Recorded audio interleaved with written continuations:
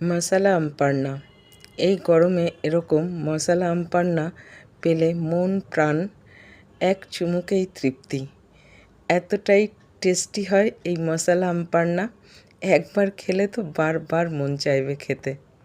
গোলমরিচ, ধনে, জিরে, মৌরি, এলাচ আর সামান্য নুন দিয়ে এটাকে শুকনো খোলায় খুব ভালো করে ভেজে এর একটা সুন্দর পাউডার করে নিতে হবে।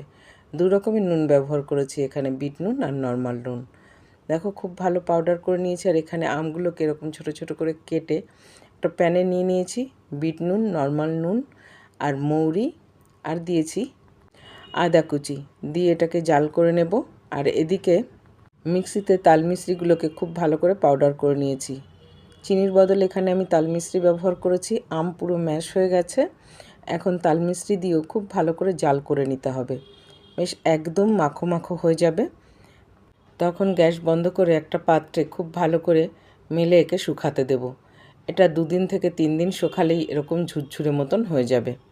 এটাকেই কিন্তু সঞ্চয় করে রাখা যেতে পারে পুরো বছর ধরে। আর মিক্সিতে একটুখানি চালিয়ে নিলেই কিন্তু একদম আম পান্না রেডি হয়ে যাবে। তার মধ্যে একটু পুদিনা পাতা আর যে মশলাটা করেছিলাম সেটা দিয়ে দিলাম। আর পরিমাণ মতন ঠান্ডা জল দিয়ে সার্ভ করলেই কিন্তু একদম মশলা আম পান্না ডান। অবশ্যই ট্রাই করো।